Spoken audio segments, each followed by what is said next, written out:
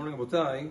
A very interesting she'ela with regards to tefillah. What happens if a person already prayed a certain tefillah, and then later he prays the tefillah again without realizing, and then he remembers smack in the middle of the tefillah Amida, that he already prayed. It can happen, for instance, it can happen more in the summer, but it can happen in the winter too. Let's say a person always prays mincha ve'arvit back to back by shki'ah. Let's say he always prays mincha late. For some reason, one day he prayed mincha early, and then later on he goes to shul by habit, he goes to shul for mincha ve'arvit. And then he prays mincha again, at a habit, he starts praying mincha again, and then he realizes in the middle of the Amida shel mincha that 1 second, I already davened mincha. What does he do then? So there's an interesting Gemara in Masechet Berachot Daf Kaf Aleph. The Gemara says that a person who realized in the middle of tefillah that he prayed already, posek afilu be'emtza bracha.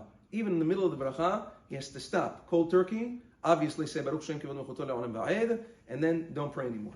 Now, it's an interesting machloket Rishonim how to understand the Gemara. The Rashba v'Ra'avad understand that all the brachot that he said until now were brachot levatala. But all of the following brachot, he can continue saying the next brachot of the Amida as a tfilat nedava. A person is allowed to do a voluntary prayer, and therefore he's allowed to volunteer the coming brachot from when he remembered until the end of the Amida.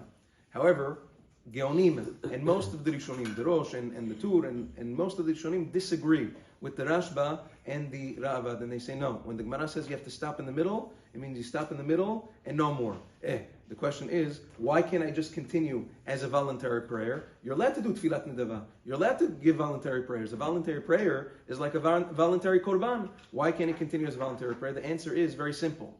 Over here, when can you do a voluntary prayer? That's only when you started the tefillah as a voluntary prayer, then the whole tefillah becomes a voluntary prayer. There's no such thing as a korban that's half chovah, half voluntary. It doesn't work like that.